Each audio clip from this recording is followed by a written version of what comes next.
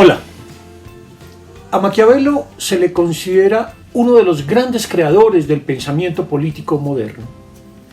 Todo pensamiento, sin embargo, se va gestando paso a paso en la escuela de la vida y en conexión con prácticas concretas. Para muchos, esta escuela de la vida fue la calle, un club deportivo o incluso una cierta comunidad a la que estuvieron ligados por años. Otros, como seguramente muchos de nosotros, aprendimos mucho de lo que somos y sabemos de una manera más formal, asistiendo por años a un colegio, un instituto o la propia universidad. Esto último es lo más común en nuestra época. En otros tiempos, en cambio, las cosas fundamentales se aprendían en la vida misma. El conocimiento que de la política tenía Maquiavelo no lo aprendió a través de una enseñanza formal, sino directamente de la práctica. Su escuela fue la política misma. Su saber es el fruto del trato con gente que tenía experiencia e intereses políticos y sobre todo de su ejercicio como funcionario público durante al menos 14 años como secretario de la República Florentina.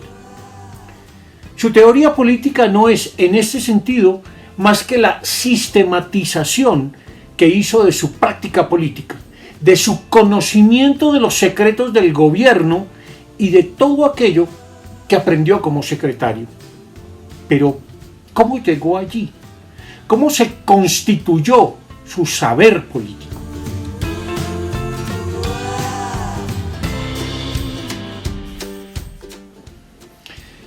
La primera noticia cierta que tenemos de Maquiavelo como personaje público es por una carta del 9 de marzo de 1498 en la que da cuenta a un conocido suyo, Ricciardo Vecchi, de los sermones del fraile dominico Jerónimo Savonarola.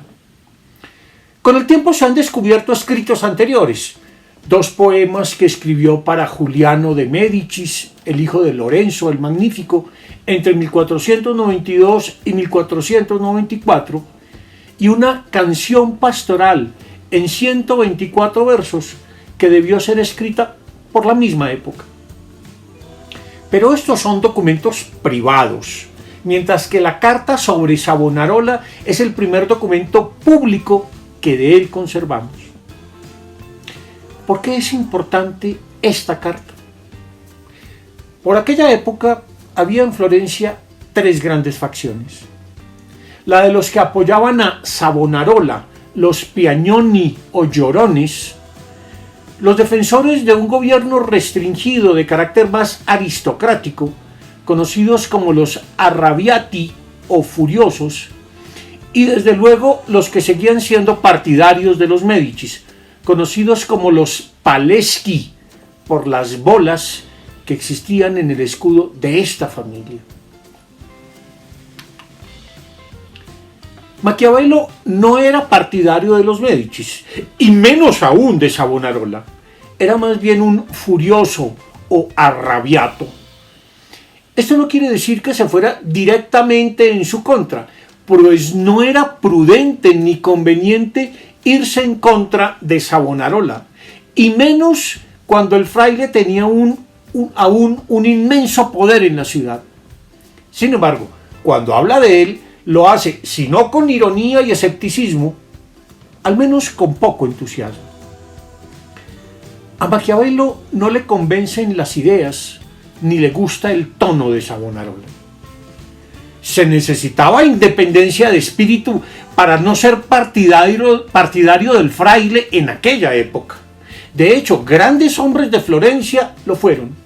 Botticelli, por ejemplo, se dejó convencer por él y hasta quemó varios de sus cuadros en las hogueras de las vanidades promovidas por Savonarola. El propio Lorenzo de Médicis lo tenía por su confesor y pidió de él, aunque en vano, la absolución de sus pecados. Era difícil resistirse a la atracción y la admiración que desataba, pues era tremendamente elocuente y generaba temor con sus sermones. Además, tenía razón en sus denuncias sobre los pecados y excesos en que incurrían desde el Papa hasta diversos prelados y gobernantes. Maquiavelo, en cambio, no se dejaba seducir. Lo miraba a distancia. No creía en su discurso moralizante y terrorista, y ello porque tenía una perspectiva distinta, estrictamente política, y juzgaba sus sermones como una simple arenga incendiaria dirigida a captar adeptos.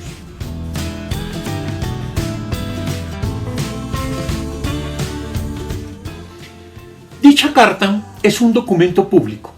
Se refiere a un personaje público de primer orden, alguien a quien muchos escuchaban en Florencia, que tenía voz de mando sobre ella y con tantos seguidores que hasta se había rebelado contra el Papa Alejandro VI. Además, esa carta estaba dirigida a un funcionario público, el embajador de Florencia ante la Santa Sede, y se ocupaba de lo que era por entonces la noticia por excelencia de la ciudad. En esta carta empieza por recordar lo dicho por el fraile en los sermones en que comenta el Éxodo, pero su comentario no es teológico. Él hace una lectura política de lo sucedido. Maquiavelo es capaz de ver ya en los sermones de Savonarola las intenciones estrictamente políticas de su predicación. Quiere dominar Florencia y sus sermones son una arenga dirigida a sus partidarios y una amenaza para quienes no lo sigan. Savonarola quiere que lo sigan y que se obedezcan sus órdenes sin ningún tipo de crítica. Hizo todo esto, señala Maquiavelo, para unir a sus partidarios y darles mayor fuerza para protegerlo, porque no estaba de seguro de si el nuevo gobierno de la señoría, ya elegido, aunque todavía no hecho público, podría serle adverso.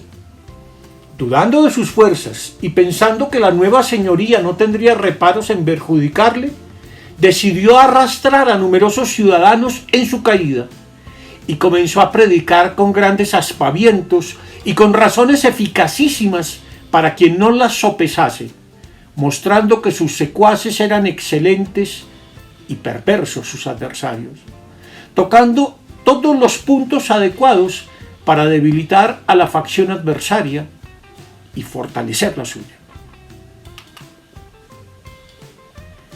Pero además, Maquiavelo es también un buen observador de lo que significa Savonarola como personaje público. Describe los elementos dramáticos e incluso histriónicos que hay en sus sermones, en los que, por ejemplo, acuchilla un libro para significar lo que es preciso hacer con los pecadores, como hizo Moisés con un egipcio, o amenaza con la condena a la hoguera del infierno a quienes le son contrarios. A la mañana siguiente, sigue relatando Maquiavelo, exponiendo todavía el Éxodo y llegando al pasaje en que se dice que Moisés mató a un egipcio, dijo que el egipcio eran los hombres depravados y Moisés el predicador que los mataba descubriendo sus vicios. Y llegó a decir: ¡ay, egipcio, yo quiero acuchillarte! Y en este punto comenzó a deshojar vuestros libros.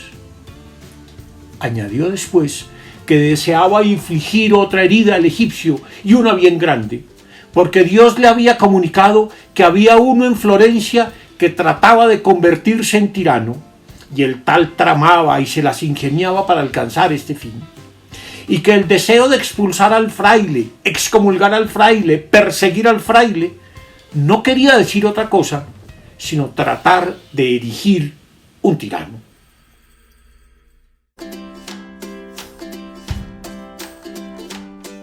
El asunto de Savonarola es esencial para entender el temperamento y el modo como Maquiavelo juzga las diversas situaciones desde un punto de vista puramente político. Pero lo es también por una razón más práctica. Poco después de esta carta, el 23 de mayo de ese mismo año, de 1498, después de haber sido encarcelado y torturado, Savonarola fue quemado públicamente en la hoguera en la Plaza de la Señoría en Florencia. 5 días después, Maquiavelo fue nombrado como secretario de la Segunda Cancillería de la República Florentina. Es claro que su juicio sobre Savonarola no era desinteresado. Él ya se había propuesto para ese cargo unos meses antes y había perdido con el candidato de los Piagnoni, es decir, los partidarios de Savonarola. Pero ahora había triunfado. Empezó a ejercer sus funciones como secretario el 19 de junio y el 14 de julio fue nombrado también como secretario de los 10 de la Libertad y la Paz. Eran cargos menores, pero fueron ganando fuerza al acumularse. Como secretario de la Segunda Cancillería debió ocuparse de los asuntos internos de la República, pero como secretario de los 10 de la Libertad y la Paz tenía injerencia en los asuntos externos de la ciudad. Y si muchos otros cargos eran rotativos y duraban pocos meses, el de Maquiavelo era menos efímero. De hecho, estuvo en él por 14 años. Así, el secretario Maquiavelo llegaría a ser no un mero notario de lo ocurrido, sino el verdadero poder detrás del trono de la República de Florencia. Sobre el significado de su cargo nos dice Quentin Skinner. El cargo oficial de Maquiavelo le suponía 2 tipos de obligaciones. La Segunda Cancillería, creada en 1437, tenía que ver principalmente con la correspondencia referente a la administración de los propios territorios florentinos.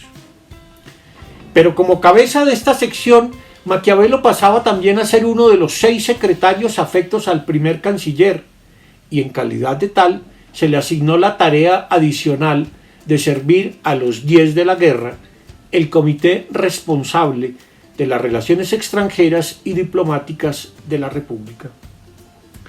Esto significaba que además de su trabajo ordinario de despacho, podría ser llamado para viajar al extranjero por cuenta de los 10, actuando como secretario de sus embajadores y ayudando a enviar a casa detallados informes sobre asuntos exteriores.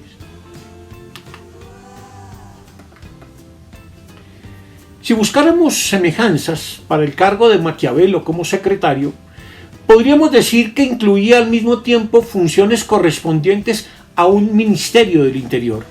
A ello se parecía la Segunda Cancillería, mientras que como secretario de los 10 se ocupaba de funciones que eran propias de ministerios como los de Defensa y Relaciones Exteriores. Siendo aún un desconocido, Maquiavelo pronto llegó a convertirse en la mano derecha de Piero Soderini, el gonfaloniero de la ciudad de Florencia.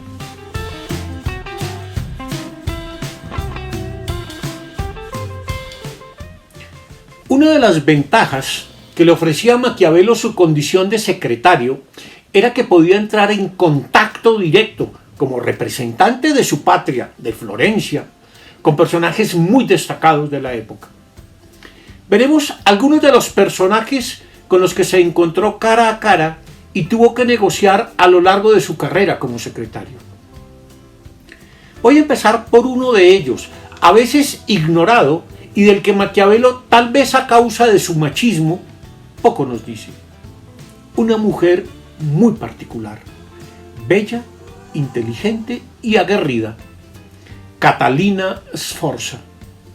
Era la hija ilegítima de Galeazzo Sforza, duque de Milán e hijo de Francesco Sforza.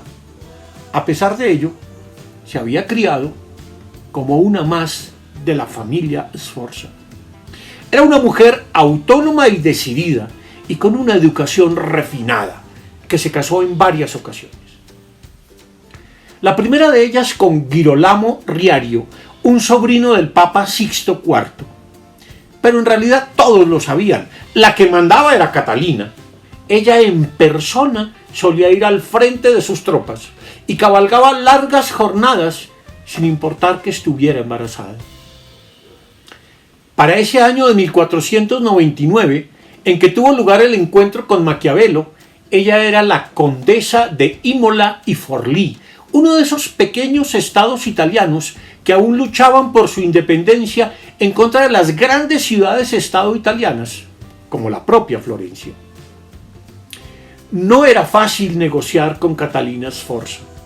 Era inteligente, apasionada y decidida, y nunca estaba dispuesta a rendirse a su adversario.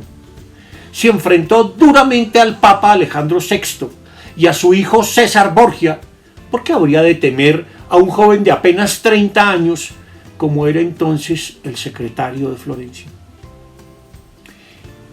Él sabía que ella solía sortear las situaciones más difíciles, jugándose las cartas más arriesgadas, pues él mismo, como otros cronistas de la época, da cuenta de uno de sus actos más audaces: el modo como recuperó el poder y se vengó de forma decidida de quienes mataron a su esposo y la secuestraron a ella y a sus hijos. Nos cuenta Maquiavelo. Algunos conjurados de Forlì habían asesinado a su señor, el conde Girolamo, y apresado a su mujer y a sus hijos, que eran pequeños. Y pareciéndoles que no podrían vivir seguros si no se adueñaban de la fortaleza que el castellano no quería entregarles, la señora Caterina, que así se llamaba la condesa, les prometió que si la dejaban entrar en la fortaleza, conseguiría que se la entregasen y que podían quedarse como rehenes a los 2 niños. Ellos se fiaron de estas seguridades y la dejaron entrar, y en cuanto estuvo dentro, los cubrió de improperios desde los muros, acusándoles de asesinato de su marido y amenazándoles con una completa venganza. Y para demostrarles que no se preocupaba de sus hijos, les enseñó sus órganos genitales, diciendo que tenía con qué hacer otros. Así estos, percatándose de su error y de su poco seso, cuando ya era demasiado tarde, pagaron su imprudencia con un perpetuo exilio. Esto que nos relata Maquiavelo sucedió en la primavera de 1488, es decir, cuando él tenía 19 años.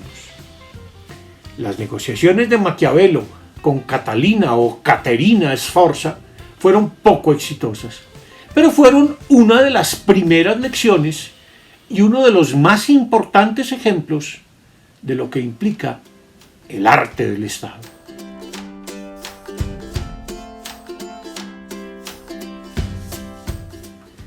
Desde el momento en que Maquiavelo asumió la secretaría, había un problema fundamental que resolver en Florencia: el de la recuperación de la ciudad de Pisa, que le había pertenecido desde 1406, pero que se había rebelado contra Florencia con ocasión de los conflictos surgidos en 1494. Una vez logró deshacerse del influjo de Savonarola, un problema central para Florencia era recuperar su dominio sobre esta ciudad.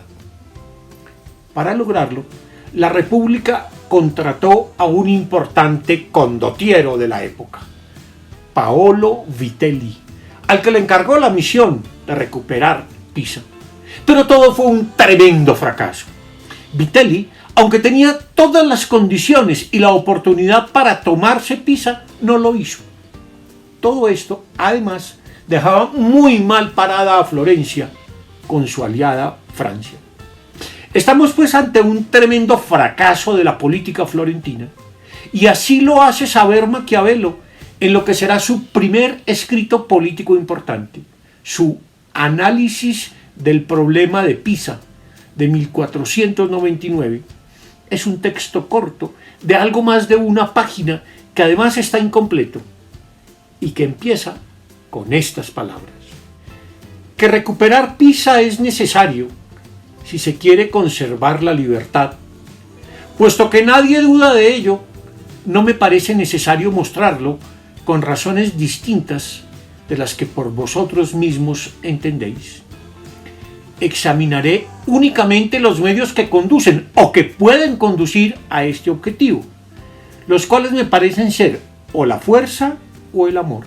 Esto es, el recuperarla a través de un asedio o que ella venga a vuestras propias manos voluntariamente.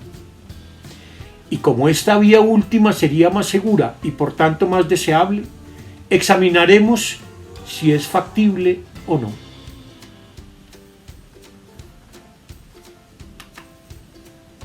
Y a continuación analiza las diversas posibilidades de recuperar a Pisa para concluir que esto no puede hacerse por el amor, sino por la fuerza, y que lo que se debe examinar no es otra cosa que el momento apropiado para usarla.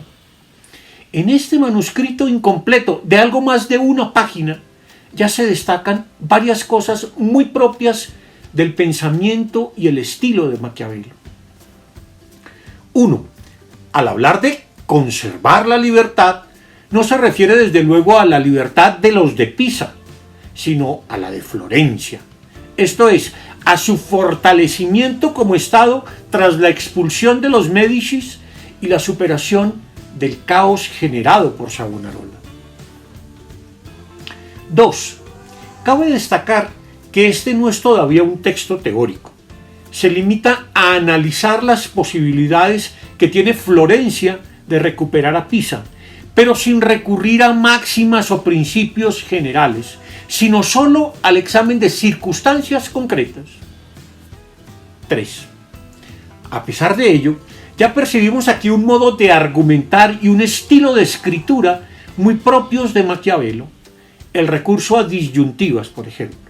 Se conquista Pisa o por el amor o por la fuerza, y junto a ello la negación absoluta de vías intermedias. Puesto que no se puede hacer por el amor, hay que hacerlo por la fuerza. Se niega así toda posibilidad de concesión al enemigo o de indecisión a la hora de enfrentar una tarea política. Pero 4. Más importante que todo lo anterior, Maquiavelo aprovecha que se puede considerar su primer documento político para tocar el tema que más le preocupa, lo que ocurre con la ciudad de Florencia. Ya aquí señala que su ciudad no puede alcanzar sus objetivos y metas precisamente por su desunión política y por su debilidad militar, un diagnóstico que luego le aplicará a toda Italia.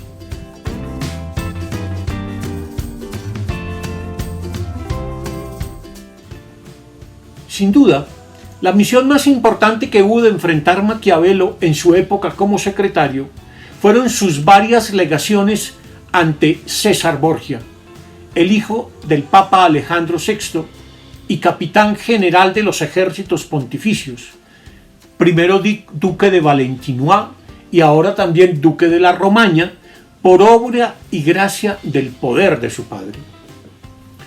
Pero detrás de todo ello había un proyecto político más amplio, el de los Borgia, con el Papa a la cabeza, de llegar a dominar toda Italia, empezando por la Romaña. Y puesto que ese proyecto avanzaba firmemente, la primera gran ciudad que estaba en peligro era Florencia, y Maquiavelo, como secretario de la República, debía enfrentar a César Borgia y negociar con él. La figura del Duca Valentino, así se le llamaba, era tremenda. Un hombre arrojado, decidido, sin escrúpulos, de una personalidad fuerte, arrolladora y seductora, que lo digan sino las muchas mujeres que cayeron rendidas a sus encantos. César Borgia va a causar una profunda impresión en Maquiavelo. No sin razón dirá después en El Príncipe que veía en él al modelo del príncipe nuevo que esperaba para Italia. Pero César Borgia no era precisamente un dechado de virtudes, por lo menos de virtudes morales. Virtudes políticas y militares tenía muchísimas. Era un gran combatiente, un hombre al que no le temblaba el pulso para hacer las cosas más malvadas, para matar incluso a su hermano mayor, como se cree que lo hizo, y para enfrentar por las armas a todo el que se le opusiera de alguna manera. Tal vez fue de él que aprendió Maquiavelo que la crueldad y la maldad tienen un lugar en la política. De esa escuela de la maldad y la crueldad que es la política, nos ocuparemos en el próximo video. Hasta pronto.